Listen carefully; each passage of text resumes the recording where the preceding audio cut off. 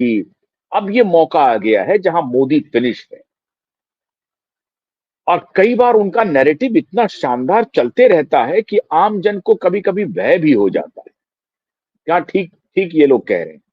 और अक्सर ये नैरेटिव चलाने वाले चुनाव के पहले बहुत एक्टिव हो जाते हैं और हर स्टेट में आपको लगेगा कि मोदी की नैया डूब गई है, भारतीय जनता पार्टी तो खत्म हो गई। याद कीजिए, लोकसभा चुनाव के बाद जब प्रतिद्वंदी को लगा, प्रतिपक्ष को लगा, ऐसे कह लें, जब उनको लगा कि लोकसभा चुनाव में हमने मोदी के रथ को रोक दिया, अब की बार 400 पार के नारे को हमने ला करके 240 पर रख दिया, तो उसके बाद प्रतिद्वंदी बहुत उत्साहित हो गए। और उसके बाद तो एक नैरेटिव चलने लगी हरियाणा में कि सुपड़ा साफ हो गया। याद होगा आपको, एक बड़े मशहूर सिफोलॉजिस्ट थे, आजकल कांग्रेस के करीबी हो गए हैं, मैं बड़ी इज्जत करता हूं उनका, योगेंद्र यादव जी हैं। उन्होंने हरियाणा के एक भाषण में कहा कि कांग्रेस के समर्थन में हवा चल रही है। फिर वो उन्होंने पॉज दिया, कहा कि नहीं, पहले मुझे लगा था कि कांग्रेस के लिए हवा चल रही है, फिर मुझे लगा कि कांग्रेस के लिए आंधी चल रही है, और फिर उनका बयान आया कि नहीं, न तो कांग्रेस के लिए हवा चल रही है, न तो कांग्रेस के लिए आंधी चल रही है, कांग्रेस के समर्थन में सुनामी चल रही है। और जब ये योगेंद्र यादव ने कहा कि कांग्रेस के समर्थन में सुनामी चल रही है, तो एक प्रकार से, चूंकि सिफोलॉजी में इनका एक बहुत बड़ा आधार भी रहा, लंबे समय तक ये सिफोलॉजिस्ट रहे हैं और बहुत ही क्रेडिबल इनकी सिफोलॉजी रही है, तो लोगों में ये चला गया कि योगेंद्र जी जो कुछ भी कह रहे हैं बिल्कुल सही कह रहे हैं। लोगों ने मान भी लिया। ऐसी परिस्थिति में सोचिए कि जब ये नैरेटिव सेट हो जाए और तब जब कोई खिलाड़ी मैदान में उतरे, वो कितना कठिन होगा और मॉरल बहुत डाउन हो।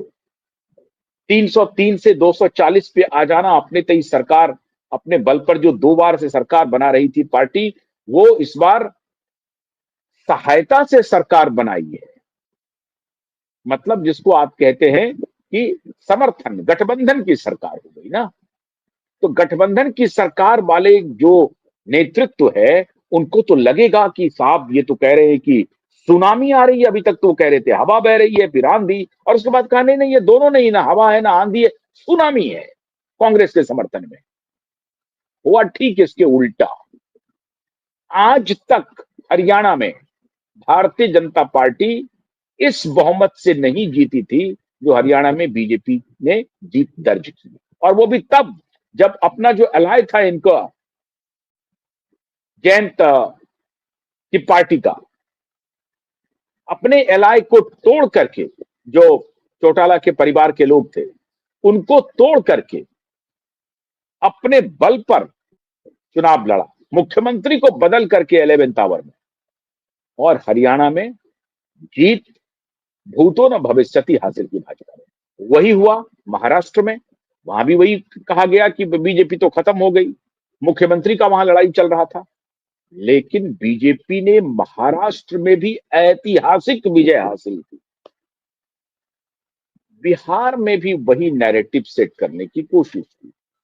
बीच में एक प्लेयर आए, प्रशांत किशोर, और प्रशांत किशोर बीच में इस तरह से आगे बढ़ रहे थे, बल्कि अभी भी मैदान में हैं, वो मैदान से हटे नहीं है, लेकिन ऐसा प्रतीत होता है कि शायद प्रशांत ने सरेंडर कर दिया है और मुकाबला अब एनडीए और महागठबंधन के बीच में है।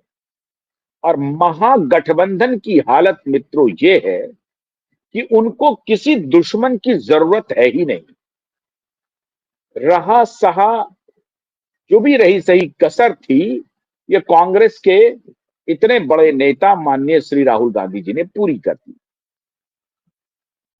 छठ के पावन मौके पर जो राहुल गांधी जी का बयान आया, जो घाट पर नरेंद्र मोदी जी गए थे, उसको लेकर के कहा कि ये ड्रामा है, नाटक करते हैं, वोट के लिए नरेंद्र मोदी स्टेज पर नाचने लगेंगे। नरेंद्र मोदी को बैठे बिठाए एक हथियार दे दिया राहुल गांधी। और हर बार राहुल गांधी चुनाव के पहले, मुझे तो कई बार शक होता है मित्रों कि Rahul Gandhi on behest of Modi campaign तो नहीं करते, क्योंकि राहुल गांधी एक प्रकार से गारंटी है मोदी की जीत का। जब तक राहुल गांधी अपोजिशन में रहेंगे, मोदी जीतते रहेंगे। तो मुझे तो कई बार यह भी लगता है कि नरेंद्र मोदी के सबसे बड़े अगर कैंपेनर हैं, सबसे बड़े अगर दोस्त हैं पॉलिटिकल, तो वो राहुल गांधी। राहुल गांधी को, आपको बीजेपी को कुछ करना नहीं है। राहुल गांधी इसी प्रकार का अनर्गल बयानबाजी करेंगे और बीजेपी जीतते जाएगी। आप याद कीजिए महाराष्ट्र चुनाव के पहले किस प्रकार से राहुल गांधी ने वीर सावरकर को अपमानित करने का काम किया। करते रहे, बोलते रहे, जो कुछ भी उनके तरफ वोट आने वाला था वो भी उनको छोड़ करके चले गए। उनका अलाय उद्धव ठाकरे कहते रहे कि साहब ये सावरकर के बारे में आप अनाप शनाप मत बोलिए, आपको गलतफहमी है। सावरकर को एक बहुत बड़ा वर्ग महाराष्ट्र में देवता मानता है और आप उन्हें माफी वीर माफी वीर माफी वीर ये कह रहे हैं। खुद उनके अलाय सावरकर का नाम ले लेकर के जिंदा रहते हैं ये जो उद्धव ठाकरे हैं। ये सब कहते रहे, लेकिन राहुल गांधी माने नहीं। वो सावरकर को एंटोगनाइज करते रहे और हश्र क्या हुआ ये सबने देख लिया विधानसभा चुनाव में। अब राहुल गांधी यहां आए और छठ पूजा के में जो शिरकत किया नरेंद्र मोदी